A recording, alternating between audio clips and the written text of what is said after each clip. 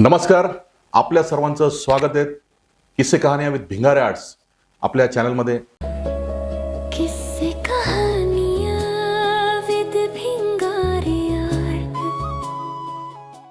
आज आपण भेटणार आहोत सचिन गायकवाड सर यांना, ज्यांनी नुकतंच MPSC म्हणजेच महाराष्ट्र लोकसेवा आयोग या परीक्षेमध्ये यश मिळवलं आहे आणि त्यांचा 21वा क्रमांक म्हणजे 21वी रँक त्यांना मिळाली आहे. आणि ही जी रँक आहे या रँकनुसार उपजिल्हाधिकारी, मुख्याधिकारी असे अनेक पदं त्या ठिकाणी उपलब्ध आहेत. त्यापैकी कुठल्याही पदावरती त्यांची नेमणूक होऊ शकते. आणि आता सध्याला जळगावमध्ये ते महिला व बालविकास संरक्षण अधिकारी या पदावर कार्यरत आहे. नमस्कार गायकवाड सर. नमस्कार तुमचं सर. स्वागत आहे. सर्वप्रथम तुमचं खूप अभिनंदन, थँक्यू सो मच. कारण आत्ताच जो MPSCचा निकाल लागला ऑक्टोबर 2025 मध्ये, ज्यात तुम्हाला हे पद मिळणार आहेत. उपजिल्हाधिकारी असेल, मुख्याधिकारी असेल किंवा अनेक दुसरेही पदं असतील, यापैकी तुम्हाला कुठलं तरी पद मिळू शकतं. काय वाटतं सर, हा निकाल लागल्यानंतर काय तुमची प्रतिक्रिया आहे? सर्वप्रथम सर्व नमस्कार. हा निकाल लागला होता आमचा 30 ऑक्टोबर 2025 मध्ये. संध्याकाळी झाली होती, 8:30 वाजले होते आणि आम्ही 7:30 वाजल्यापासून स्क्रोल करत होतो की निकाल येणार आहे. ती उत्सुकता ती मनामध्ये की निकाल केव्हा होतोय आणि फायनली 8:20 निकाल आला. तुम्हाला वाटलं होतं का तुम्हाला आपल्याला यात नाही. यश मिळेल म्हणून? मुळात यश मिळेल वाटलं होतं सर, पण रँक 21 येईल अच्छा. हे खरंच नव्हतं वाटलं.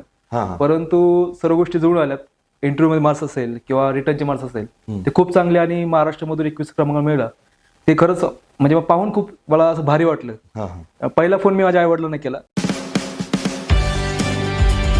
वडिलांना सांगितलं की 21 रँक आलाय आणि वाटतंय की एकतर चीफ ऑफिसर किंवा DYSP हे 2 पद 100% मिळणार आहे. घरच्यांना खूप आनंद झाला आणि त्याविषयी म्हणजे तो अख्खा रात्रभर 2 दिवस मी झोपलेलो नव्हतो, कारण कंटिन्यू फोन चालू होते. लोक मित्रांचे फोन असेल, नातेवाईकांचे फोन असेल, म्हणजे तो दिवस आयुष्यातील अविस्मरणीय दिवस होता.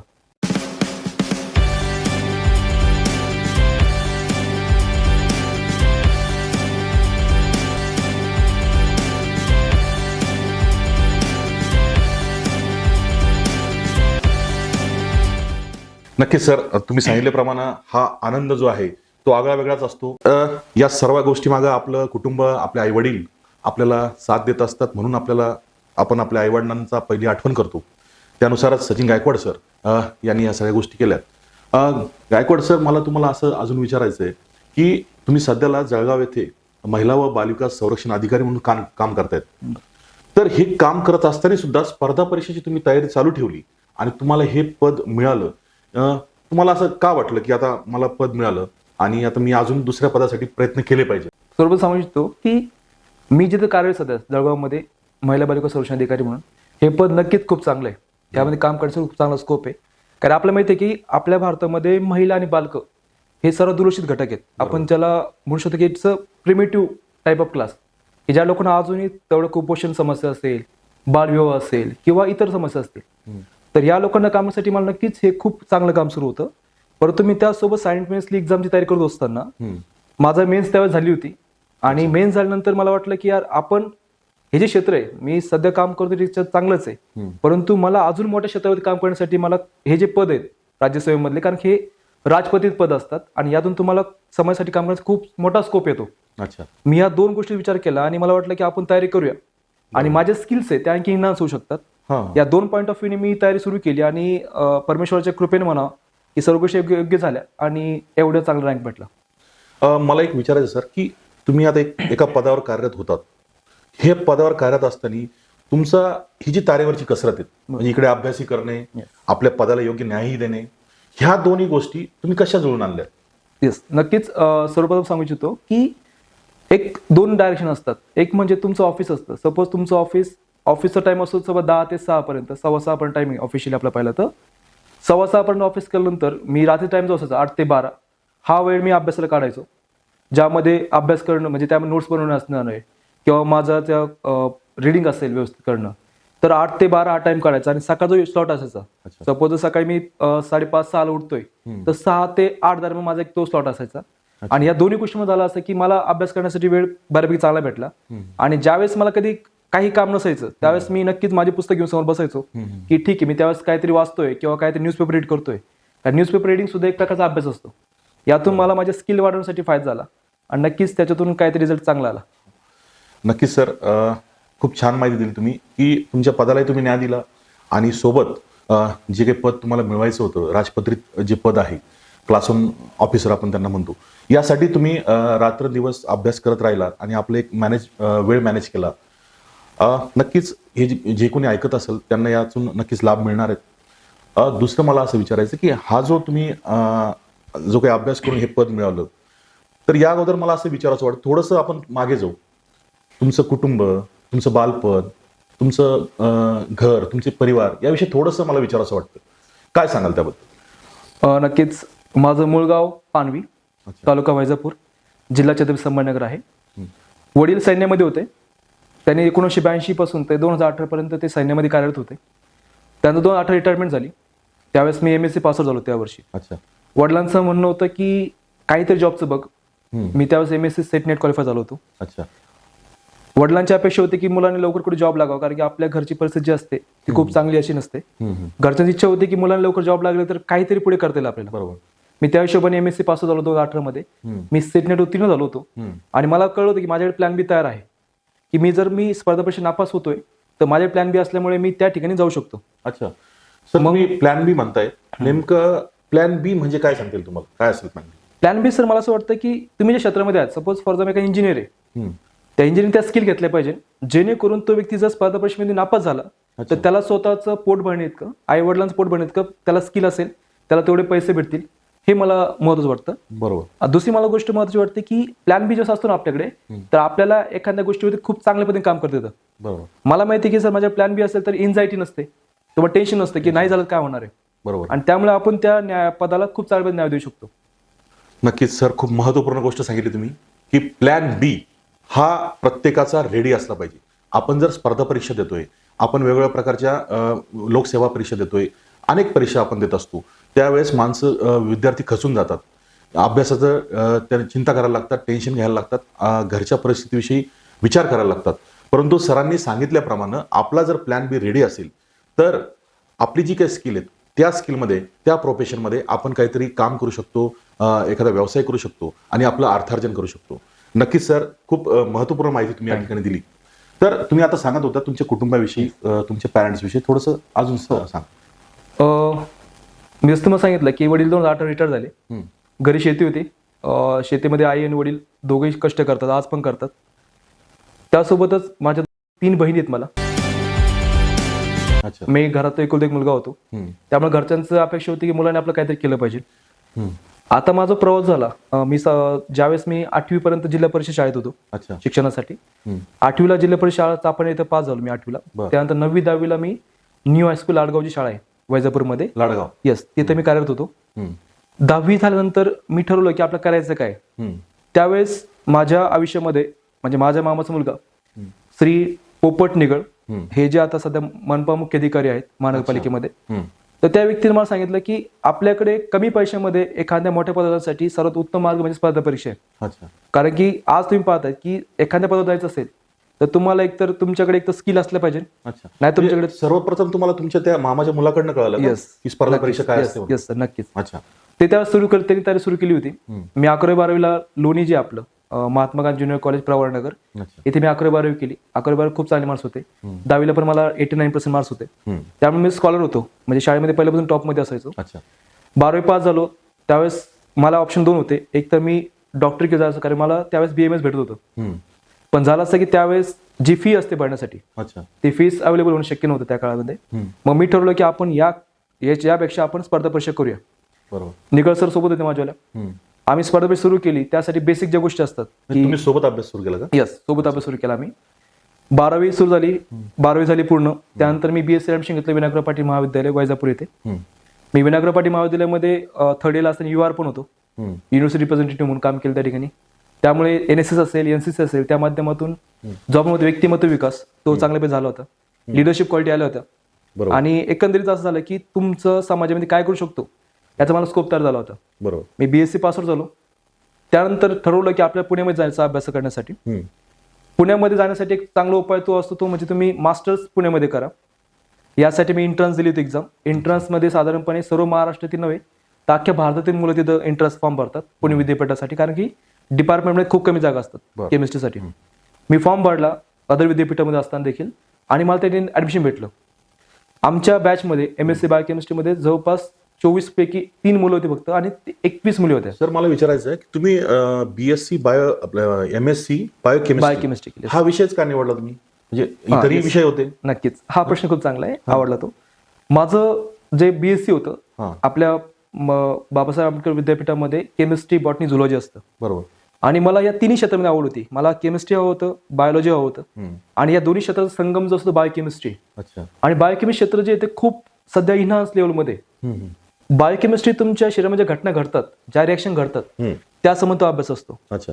तुम्हाला संशोधनामध्ये खूप स्कोप असतो, कारण की लक्षात घ्या की US असेल किंवा मग USSR असेल, रशिया असेल, तर हे जे देश मोठे का बरं, ते संशोधनामध्ये त्यांनी खूप सारी प्रगती केली. अच्छा. रिसर्चमध्ये तुम्हाला हा जो फील्ड आहे खूप तुम्हाला इन्हान्स करतो. अच्छा. त्यासंबंधी मी क्षेत्र निवडलं होतं, आणि एक प्लॅन बी पण मी तुम्हाला जसं बोललो की तो पण तयार झाला होता. बरोबर. मी MSc पास आउट झालो. MSc थर्ड इयर सेकंड इयरला असताना माझा स्वतःचा पेपर पण आला, रिसर्च पेपर, जो मी पब्लिश केला चायनामध्ये. अच्छा. तो पेपर आला, तो पब्लिश झाला, त्याचे खूप चांगला तो आपण हे सगळं करत असताना तुम्ही तुमचा अभ्यासही चालू होता का? यस, नक्कीच अभ्यास पण सुरू होता. कारण मी जसं बोललो की ज्यावेळेस मला वेळ मिळायचा त्यावेळेस मी लायब्ररीमध्ये जाणं असेल, अच्छा, पुस्तक वाचणं असेल, ह्या गोष्टी मी कंटिन्यू करत होतो. कारण की तुमचं ध्येय भटकता कामा नये, की सपोज मी MSc करतोय, पण माझं मुख्य जे ध्येय होतं ते स्पर्धा परीक्षा करणं होतं. बरोबर. मग मी जे काही अभ्यासिका जी असते आपल्या पुणे विद्यापीठामध्ये ती खूप फेमस आहे. तिथे संध्याकाळी जाऊन बसणं असेल, पुस्तक वाचणं असेल, मित्रांसोबत डिस्कशन असेल, यामुळे काय झालं की माझ्या ज्या गोष्टी त्रुटी होत्या माझ्या अभ्यासामध्ये त्या मला कळू लागल्या की ते सांगायच्या बाबत हिस्ट्रीमध्ये हे वाच, ते वाच. एकंदरीत मुलांच्या सहभागामुळे किंवा मित्रांच्या मदतीमुळे हे शक्य झालं माझ्याकडून. तुमचा जो विषय होता बायोकेमिस्ट्री, याचा काही उपयोग झाला तुम्हाला स्पर्धा परीक्षेचा अभ्यास करत असताना? येस, नक्कीच सर. मी सांगू इच्छितो की ज्या स्पर्धा परीक्षा जी असते, म्हणजे राज्यसेवा सांगतो, यामध्ये 3 टप्पे असतात. पहिला टप्पा असतो प्रिलिमचा, ज्यामध्ये 2 विषय असतात, GS आणि CSAT. GS म्हणजे जनरल स्टडी असतो, CSAT म्हणजे आपला ज्यामध्ये मॅथ असतं आणि पॅराग्राफ असतं. GS मध्ये एक कोर सब्जेक्ट असतो, तो म्हणजे सायन्स. अच्छा. ज्या व्यक्तीचा सायन्स चांगला असतो ना त्याला मार्क्स खूप चांगले पडतात, कारण की सायन्स जनरली तेवढं तयार होत नसतं आपलं. बरोबर. बायोकेमिस्ट्री झालं असतं की माझं सायन्स खूप स्ट्रॉंग झालं, आणि त्याचा फायदा मला मार्क्स मिळवण्यामध्ये झाला. अच्छा. आणि त्यासोबत दुसरी गोष्ट असते की सायन्सचे विद्यार्थी असतात ना, यांना काय म्हणतो ना, आपलं माहित असतं की पुढे मार्क्स मिळू शकतो आपण, किंवा एक त्यांची ॲनिटी आपली खूप चांगली झाली असते. बरोबर. तर त्याचा फायदा मला एकंदरीत माझ्या स्पर्धा परीक्षेमध्ये झाला.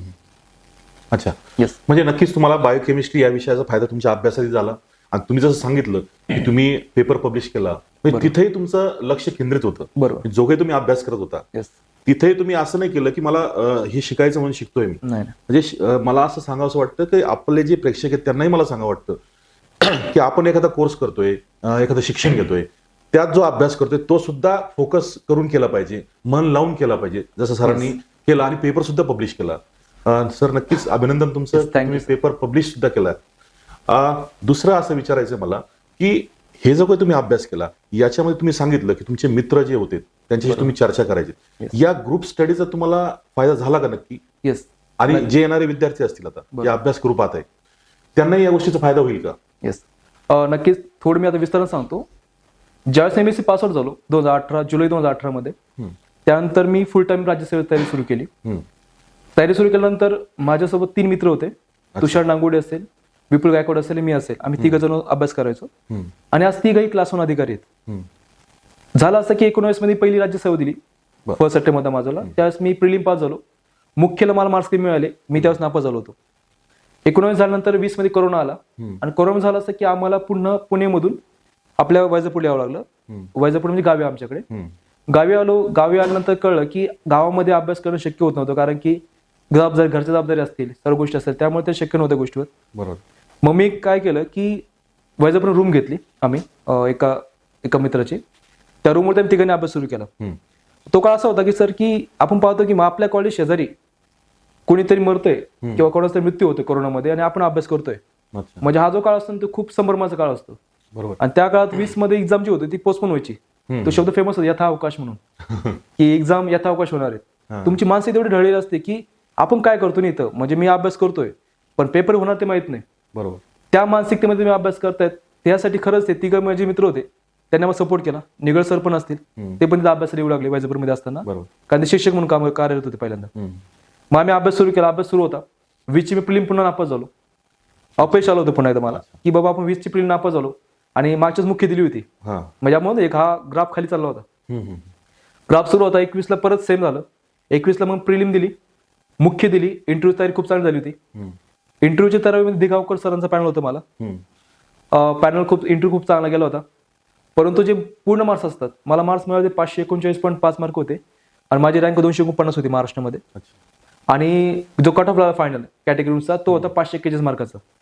म्हणजे माझा मार्क्स जे होते, माझा मार्क्स 1.5 मार्क्स माझी पोस्ट गेली होती सरकारी कामगार अधिकारी म्हणून. हम्म. ते झालं, अपयश आलं. थोडं दुःख पण वाटलं की आपण एवढा प्रयत्न केला होता पण अपयश आलं. परंतु मित्र खूप महत्त्वाचे असतात. ते म्हणजे ठीक आहे, यावेळेस नाही झालं, नेक्स्ट टाइम तयारी करूया आपण. हम्म. 22 सेम प्री मेन्स झाली. हम्म. मेन्स मध्ये पुन्हा मी डिस्क्वालिफाय झालो मार्क्स कमी आल्यामुळे. 23ला परत सेम झालं. प्री मेन्स इंटरव्ह्यू झाला. रँक आहे 279 महाराष्ट्रामध्ये. पुन्हा तेव्हापासून पद मिळालं नाही. म्हणजे मी आतापर्यंत जवळपास 4 मेन्स 2 इंटरव्ह्यू झाले माझे आणि हा आता माझा 5वी मेन्स आणि 3रा इंटरव्ह्यू असतात. सर मला विचारायचं आहे की इतके सगळे तुम्हाला अपयश आले, बरोबर, इतके सगळे तुम्ही प्रयत्न केलेत, असं कधी वाटलं नाही की कशाला हे अभ्यास करायचा, स्पर्धा परीक्षेच्या नादी लागायचं, आपण आपलं काहीतरी व्यवसाय करावा, काहीतरी नोकरी करावी, असं कधी वाटलं नाही का? नक्कीच सर. या ठिकाणी मला म्हणजे मी खरंच भाग्यवान म्हणू शकतो की स्वतःला, की मला माझे आई वडील असतील, माझे नातेवाईक असतील किंवा माझे मित्रपरिवार असेल, हे खूप सपोर्टिव्ह होते. अच्छा. ते ज्यावेळेस मला अपयश यायचं ते म्हणायचे "हो, ठीक आहे, यावेळेस तू इंटरव्ह्यू पर्यंत गेला होता, रँक खूप चांगल्या होत्या, परंतु काय होतं काही गोष्टी जुळून येत नसतात की इंटरव्ह्यूला तेवढे मार्क्स आले पाहिजे, मेन्सला तेवढे मार्क्स असले पाहिजे, बरोबर. पण तुझा 100% देतोय. आणि हे जे प्रामाणिकपणा आहे तो ठेव म्हणे. श्रद्धा आपण म्हणतो ना, साईबाबांचं एक वाक्य बघा, श्रद्धा आणि सबुरी, श्रद्धांसमोर. की तुम्ही जे काम करते प्रामाणिकपणे करा, देव तुमची परीक्षा घेत असतो, बरोबर. पण एकदा ते पद भेटतं. मग हा टाइम तेच झाला की 2024 हा टाइम होता. आमची प्रिलिम झाली 1 डिसेंबर 2024 मध्ये. प्रिलिम झाली त्यावेळी संध्याकाळी मला कळलं मी पास होणार आहे. आणि त्या संध्याकाळी पुन्हा अभ्यासाला बसलो होतो, कारण की मेन्सला बघा 5 महिन्याचा आपल्या हातामध्ये. 5 महिने जीव तोडून अभ्यास केला. म्हणजे सकाळी 7 वाजल्यापासून रात्री काय होईल 12-1 जे असेल ते प्रामाणिकपणे अभ्यास केला. आणि ह्याचं फळ जे भेटलं की मला मेन्सला खूप चांगले मार्क्स मिळाले. माझा स्कोर 475 मार्क्स होता मेन्सला, जो one of the best score होता त्या काळामध्ये. नंतर सेकंड की आली, मार्क्स कमी झाले, 465 मार्क राहिले, 10 मार्क्स कमी झाल्यामुळे. मग आला पुढचा टप्पा, तो होता इंटरव्ह्यूचा टप्पा, ज्यामध्ये इंटरव्ह्यू मध्ये सर साधारणपणे इंटरव्ह्यू हा खूप ट्रान्सपरंट असतो. अच्छा. की मी एक मुलाला सांगू इच्छितो की जे मुलं म्हणतात की पैसे भरून लागतात, तर या गोष्टी कदाचित होऊ शकत नाही, कारण की तो खूप ट्रान्सपरंट इंटरव्ह्यू होत असतो. इव्हन फॅमिली मेंबर माहित असतं आपल्यासमोर कोण येणार आहेत. अच्छा. तुमचा टोकन नंबर असतो, टोकन तुम्ही दाखवतात आणि तो आपला पॅनल इंटरव्ह्यू घेत असतो. म्हणजे वेळेवर ठरतं पॅनल? खूप वेळेवरती, म्हणजे शेवटच्या मिनिटापर्यंत कळत नाही आपला कोणा इंटरव्ह्यू घेणार. अनेक पॅनल असतात, त्यातल्या कुठल्या तरी एका पॅनलला तुम्ही जाता. बरोबर. जवळपास 6 पॅनल होते आमच्या वेळेस. 6 पैकी कोणते पॅनल जाऊ शकतात. इंटरव्ह्यू झाला. हा सर, तुम्ही हा सगळा अभ्यास केला, तर या अभ्यासासाठी कुठं क्लास कुठे लावलेत तुम्ही आणि कसा अभ्यास केला, थोडंसं सांगता येईल का? सर मी क्लास कुठे केले नाही.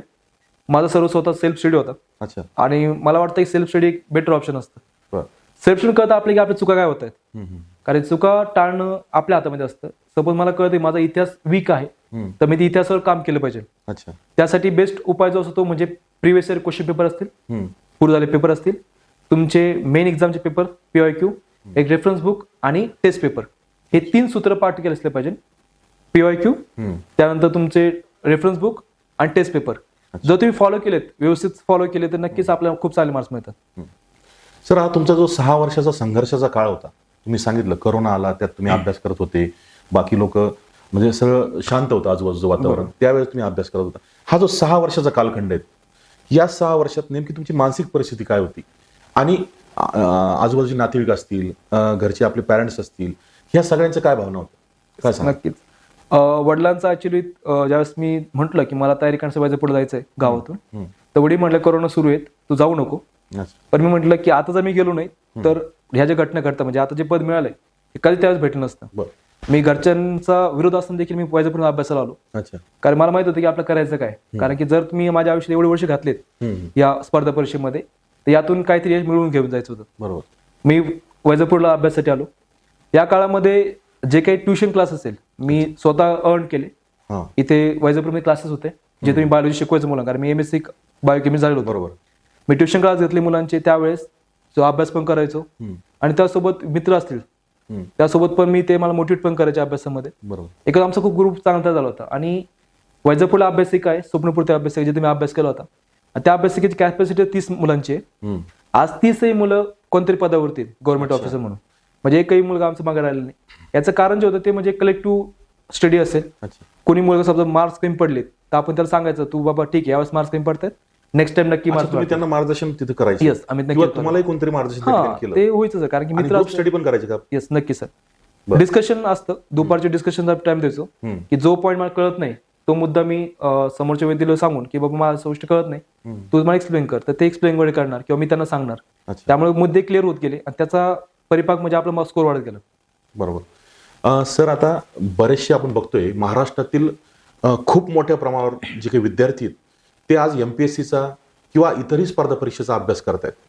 तर हे जे सगळे विद्यार्थी आहेत ते यांना तुम्ही तुम्हाला जे काही पद मिळालं या माध्यमातून तुम्ही काय सांगू शकाल, काय संदेश द्याल तुम्ही त्यांना? नक्कीच मी जसं बोललो की हे जे स्पर्धा परीक्षेचे क्षेत्र आहे हे क्षेत्र तुम्हाला कमी पैशामध्ये खूप मोठ्या पदावर नेतं. पद कशासाठी मिळवायचं याची 3 कारणं सांगतो. पहिली गोष्ट म्हणजे की तुम्हाला कमी पैशामध्ये तुम्ही पदावर जातात, पहिलं ते एक फायदा असतो. दुसरं असतं की तुम्ही जास्त पदावर जातायत तर तुम्हाला शासनाचं रिसोर्सेस असतात. सपोज मला काही काम करायचंय तर मी त्या एका साईनवरती म्हणावं किंवा एखाद्या माझ्या क्षेत्रामध्ये ठेवलं मी सहज काम करू शकतो. म्हणजे शासन तुम्हाला ती सवलत प्रोव्हाइड करतं किंवा तुम्हाला फॅसिलिटी प्रोव्हाइड करतं की तुम्ही शासनासाठी काम करू शकता किंवा समाजासाठी काम करू शकतात. बरोबर. तिसरं मला असं वाटतं की पॅशन ठेवा, की हे क्षेत्र काय करतंय तुम्हाला संधी प्रोव्हाइड करते बरोबर. की तुम्हाला स्वतः व्यक्तिमत्व विकास करण्यासाठी. स्पर्धा परीक्षा क्षेत्र एक आहे, पण त्यासोबत तुमची इतर क्षेत्र जे आहेत ते पण खूप महत्वाचे आहेत. जसं की एखादा व्यवसाय असेल, शेतकरी शेती करतो, कारण की आपल्यामध्ये शेतकरी शेती केली तर आपण खाणार काय ना. बरोबर. त्यामुळे तुमचं जे क्षेत्र असेल, इंजिनिअरमध्ये एक्सलन्स घ्या, डॉक्टर असेल डॉक्टरमध्ये एक्सलन्स घ्या, किंवा तुम्ही इतर व्यावसायिक असाल तर व्यवसायामध्ये देखील खूप मोठं क्षेत्र आहे. सर आता बरेच विद्यार्थी अभ्यास करतायत, अनेक वर्षांपासून परीक्षा देत आहेत. तुम्ही सांगितल्याप्रमाणे ते पूर्वमध्ये पास झाले, मेनमध्ये फेल झाले, पुन्हा पूर्वमध्ये फेल झाले, अशा अनेक गोष्टी घडत असतात आणि ते कधी पास होतात कधी फेल होतात. तर या विद्यार्थ्यांना तुम्ही काय सांगाल की त्यांनी काय केलं पाहिजे? नक्कीच मला वाटतं की आपण एक लिमिट ठरवून घ्या की मला या वयापर्यंत अभ्यास करायचा आहे किंवा मी एवढे अटेम्प्ट तयार करणार आहेत. कारण कसं असतं की हे क्षेत्र एक आपण एक मायाजाल सारखं असतं.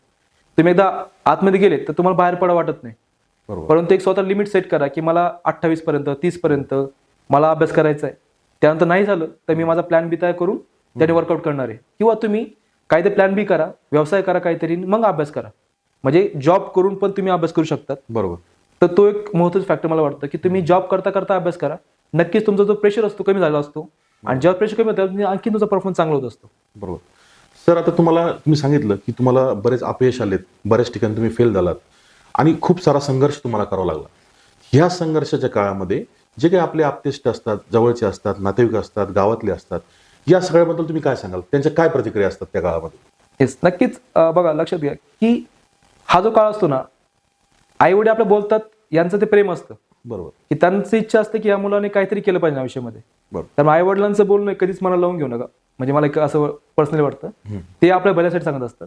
पण जे शेजारी पाजारी असतात ते आपल्या टोमणे मारण असतात की बाबा एवढे दिवसांनी अभ्यास करतोय, अजून पास झाला नाही, काय करतो कोणाला माहित नाही, किंवा नातेवाईक वगैरे असतील. तर ह्या लोकांकडे न पाहता मला वाटतं की तुम्ही पॉझिटिव्ह पॉईंट बघा की आपले आई वडील जे आहेत त्यासाठी आपलं पद मिळवायचं असेल तर त्यासाठी आपलं पद मिळवायचं असतं. बरोबर. त्या व्यक्तीसाठी आपण अभ्यास केला पाहिजे. टोमणे समाजसुधारक जे असतील आता पण झाले महाराष्ट्रामध्ये, त्यांना टोमणे ऐकावे लागले होते, पण शेवटी नाव त्यांचंच निघलं पुढे. बरोबर. मला वाटतं की हे टोमणे जे आहेत नाही तुम्ही एक आपण ऊर्जा म्हणून घ्या, त्याचं बोधरेशन घेऊ नका की सपोज मला टोमणे मारतं म्हणून मी अभ्यास बंद करतो, अजिबात करू नका. कारण एकदा पद मिळाल्यानंतर तुमचे हे सर्व टोमणे आहेत ना हे कधी पुष्पगुच्छ बदल होतात. लोक तुम्हाला भेटायला येतात की वा खूप मोठे अधिकारी झाले. म्हणून मला वाटतं की हे टोमणे ना तुमच्यासाठी एक ऊर्जा म्हणून घ्या आणि त्यातून नक्कीच मोठे यश मिळतं. आणि सर आता तुम्ही ज्या लोकांबद्दल सांगितलं आणि पद मिळाल्यानंतर त्यांच्या वागण्यात काही बदल जाणवला का तुम्हाला? येस नक्कीच सर. येस ते बदल होत असतात. परंतु तुम्ही एक ज्या स्पर्धा परीक्षा करतात तुम्ही एक मॅच्युअर पर्सन असतात, बनलेले असतात. बरोबर. की आपल्याला कळतं की काय खरं काय खोटं आहे. भले ठीक आहे त्यांचा जो आपण नजरिया जो बदलला जर असला तरी पण आपण जे एक व्यक्ती म्हणून आहे, उद्यासोबत त्यांचं जर काम असेल किंवा जगामधला कोणताही व्यक्ती असेल किंवा भारतात कोणता व्यक्ती असेल तरी मला त्या व्यक्तीकडे सर्वधर्म समभाव पाहणं आहे. बरोबर. किंवा सगळ्या इक्वलिटी असली पाहिजे, समता असली पाहिजे, जेणेकरून काय होईल की मी कोणाचं पद जर काम जरी असेल तरी मी तेवढं तन्मयतेने करणार आहे. बरोबर. त्यामुळे मला वाटतं की ठीक आहे आता ते तुमचा नजरिया बदलणार आहे. आपला जो व्ह्यू असतो तो सर्वांप्रती सारखा असला पाहिजे या मताचं मी आहे. नक्कीच सर, खूप चांगला व्ह्यू आहेत, चांगले विचार आहेत. सर मला एक शेवटचा प्रश्न तुम्हाला असा विचारायचा आहे की तुम्ही आता हे सगळ्या गोष्टी मिळवल्यात, आज तुम्ही एका पदावर काम करतायत, भविष्यात अनेक पदावर तुम्ही जाणार आहात, तुमचा 21वा क्रमांक आला, 21वा रँक तुम्हाला मिळाला, तर जे कुठलं तुम्हाला पद मिळणार आहे, उपजिल्हाधिकारी असेल, DYSP असेल किंवा इतरही CEO असेल, असे काही पद तुम्हाला मिळणार आहेत, त्यातलं कुठलं तरी एक पद तुम्हाला मिळेल. हे पद मिळाल्यानंतर भविष्यामधली तुमच्या काय योजना आहेत, काय करायचं तुम्ही ठरवलंय, सर्वसामान्यांसाठी, समाजासाठी काय करण्याचा तुमचा प्लॅन आहे? येस, नक्कीच. महात्मा गांधीचं वाक्य आहे, ते असं म्हणतात की तुम्ही जे काम करतायत ते काम कधी चांगलं असतं ज्यावेळेस तुम्ही एखाद्या तळागाळातल्या व्यक्ती आहे त्या व्यक्तीच्या चेहऱ्यावर हसू आलं ना तर तुमचं काम झालं म्हणून लक्षात घ्या. आणि मला वाटतं की मी ज्या पदावर जाणार आहे, CEO असेल, DYSP असेल किंवा उपजिल्हाधिकारी असेल, या पदावरती गेल्यानंतर ज्या शेवटचा व्यक्ती असेल, ज्याला आपण पददलित म्हणू शकतो किंवा शेवटचा व्यक्ती असेल, त्या व्यक्तीपर्यंत जाण्यास मी प्रयत्न करणार. आणि माझ्याकडे ज्या ऑथॉरिटी असतील किंवा माझ्याकडे ज्या काही माझी रिस्पॉन्सिबिलिटी असतील त्याला मी योग्य प्रकारे न्याय देण्याचा प्रयत्न करणार आहे. जसं की जर DYSP असेल तर मॉरल पोलिसिंग असेल किंवा लोकांना शासनाला किंवा लोकांना माझ्यापर्यंत घेऊन येणं हे माझं काम असणार आहे. त्यांना तो विश्वास प्रोव्हाइड करण्याचं काम माझं असलं पाहिजे. आणि मला वाटतं मी त्या पॉईंट ऑफ व्ह्यूने काम करेन. जर मी CEO म्हणून काम करत असेल तर माझा नक्कीच पॉईंट ऑफ व्ह्यू हा डेव्हलपमेंट कॅडरचा असणार आहे की शासनाच्या योजना असतील त्या योजना लोकांपर्यंत पोहोचवायच्या, त्यांचा फीडबॅक घ्यायचा आणि त्या योजना खूप चांगल्या पद्धतीने काम करण्याचं काम मी नक्की या गोष्टी करेल सर. नक्कीच सर. आणि या निमित्ताने मला सरांशी बोलताना एक गोष्ट जाणवली की खरंच मी एखाद्या अधिकाऱ्यांशी बोलतोय असं मला जाणवलं. सरांचा सध्याला अधिकारी आहेतच आणि अजून क्लास 1 अधिकारी ते होणार आहेत, पण त्यांच्याशी बोलताना जाणवलं की मी अधिकाऱ्याशी बोलतोय. नक्कीच मला MPSCचं सुद्धा या ठिकाणी कौतुक करावं वाटेल आणि त्यांचा सन्मान करावा वाटेल, कारण की त्यांची जी काही प्रक्रिया आहे, त्यांची जी काही प्रोसेस आहेत, ते नक्कीच एक चांगला व्यक्ती आपल्या डिपार्टमेंटमध्ये यावा अशा प्रकारची त्यांची जी योजना आहेत, अशा प्रकारची त्यांची परीक्षा पद्धती आहेत. खरंच मी भारावून गेलो ही गोष्ट बघून. आणि मला सर अजून एक या निमित्ताने अजून एक प्रश्न निर्माण झाला आता बोलता बोलता की जसं मी तुम्हाला बोलताना, तुमच्याशी बोलताना, तुमचा विचार ऐकताना एक अधिकाऱ्यांचे विचार आहेत असं मला वाटलं. असंच जे विद्यार्थी अनेक वर्षापासून अभ्यास करतायत त्यांच्यामध्ये असे काही गुण दिसत नाही, तर त्यावरती काय काम केलं पाहिजे असं तुम्हाला वाटतं? सर नक्कीच मला वाटतं की यावरती पहिला जो प्रश्न पडतो की बघा सर, हा स्किलचा प्रश्न असतो की तुमच्या गुणवत्ता किती आहे किंवा तुमचं एज्युकेशन बॅकग्राऊंड कसं आहे किंवा तुम्ही विचार कसे आहेत, तुम्ही ज्या वातावरणात राहतात तसं तुम्ही बनतात. बरोबर. म्हणून मला वाटतं की आपले जे जोडीदार असते, मित्र असणारे, ते तुम्ही चांगले निवडा का त्यांच्या विचाराचा प्रभाव तुमच्यावर दिसतो. बरोबर. त्यामुळे मित्र बनवताना असतील किंवा समाजात वागताना असेल तर तुम्ही वागणं तुमचं व्यवस्था असलं पाहिजे जेणेकरून त्या व्यक्तीचे विचार आपल्यावरती पडतील आणि आपला देखील स्वतः विकास होईल. म्हणून आपले जे मित्र निवडताना खूप चांगल्या पद्धतीने निवडा, कारण मित्र ठरवतात तुम्ही कुठे जाणार आहेत, तुम्ही अधिकारी होणार आहेत का तुम्ही कुठेतरी दुसऱ्या पदावर जाणार आहेत किंवा काय दुसरं काम करणार आहेत, हे तुमचे मित्र ठरवत असतात. त्यामुळे मला वाटतं की जे विद्यार्थी तयारी करतायत त्या विद्यार्थ्यांनी मला वाटतं की हे 2 शब्द महत्त्वाचे असतील की तुम्ही तुमच्या कामामध्ये प्रामाणिकपणे राहा. मी अभ्यास करतोय तर प्रामाणिकपणे अभ्यास करा. कोणा लोकांसाठी अभ्यास न करू, तुमच्यासाठी अभ्यास करा, तुमच्या आईवडिलांसाठी अभ्यास करा. आणि त्यानंतर दुसरं मला वाटतं की सबुरी ठेवा. कधी कधी काय होतं, ही स्पर्धा परीक्षा खूप आपण म्हणतो खूप प्रोसेस असते यामध्ये की तुम्ही कधी नापास होतात, पण तुम्ही तुमच्या कामामध्ये सबुरी ठेवा. नक्कीच परमेश्वर हे तुमचं चांगलं करत असतो. आणि मला वाटतं ह्या ज्या 2 गोष्टी, श्रद्धा आणि सबुरी, या पदावरती राहून तुम्हाला खूप चांगलं काम करता येऊ शकतं असं मला वाटतं. नक्कीच सर. सरांनी खूप महत्त्वपूर्ण संदेश या ठिकाणी दिला की श्रद्धा आणि सबुरी ठेवा. श्रद्धा म्हणजे आपल्या अभ्यासावर श्रद्धा ठेवा, आपल्या कामावर श्रद्धा ठेवा आणि सबुरी ठेवा. जशी त्यांनी ठेवली, 6 वर्ष सातत्याने अभ्यास करत राहिले, कुठलंही पद न मिळता तरी सुद्धा त्यांनी ती सबुरी ठेवली आणि नक्कीच श्रद्धा आणि सबुरी यांच्या साथीला आली आणि आज ते एका मोठ्या पदावर राहिलेत. आणि तुम्ही सुद्धा अशा प्रकारे मोठ्या पदावर जाऊ शकता जर तुम्ही सुद्धा श्रद्धा आणि सबुरी ठेवली.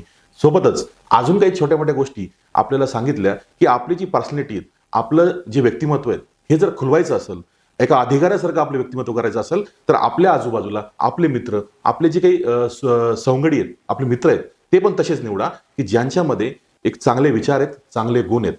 नक्कीच सर, तुमच्याशी चर्चा करून खूप भारावून गेलो आणि एक चांगला मोठा अधिकारी या महाराष्ट्राला मिळाला याचा एक अभिमान वाटला. सर, तुम्ही आज आमच्या चॅनलला एक दर्जेदार मुलाखत दिली. तुमचे जे विचार आहेत ते सर्वसामान्यापर्यंत पोहोचणार आहेत. होतकरू जे विद्यार्थी, अभ्यास करणारे विद्यार्थी, त्यांच्यापर्यंत तुमचे विचार पोहोचणार आहेत. नक्कीच हे सुद्धा एक समाजोपयोगी काम तुम्ही या ठिकाणी केलंय, त्याबद्दल आणि या ठिकाणी तुम्ही आलात त्याबद्दल तुमचे शतशः खूप खूप धन्यवाद आणि आभार. थँक्यू. धन्यवाद. तर मी सांगू इच्छितो की सचिन सर आणि आम्ही 2012 पासून सोबत आहोत. अच्छा. आम्ही चांगले एक मित्र पण आहे. हम्म. तर 2012, 13, 14, 15 असं आम्ही बीएससी सोबत होतो. अच्छा. तर बीएससी सोबत असताना आम्ही बीएससीचा पण अभ्यास करायचो. हम्म. आणि इतर वेळेस जर बघितलं तर म्हणजे आम्ही त्या प्रकारे नाही केला, पण तसं सचिन सरांनी जे आपलं लेक्चर असताना किंवा आपलं प्रॅक्टिकल हे झाल्यानंतर जो वेळ असायचा मध्ये इंटरव्हल असायचा किंवा गेम पिरियड वगैरे असायला, तर त्यावेळेस त्यांनी तो वेळ कधी असा वाया घातला नाही.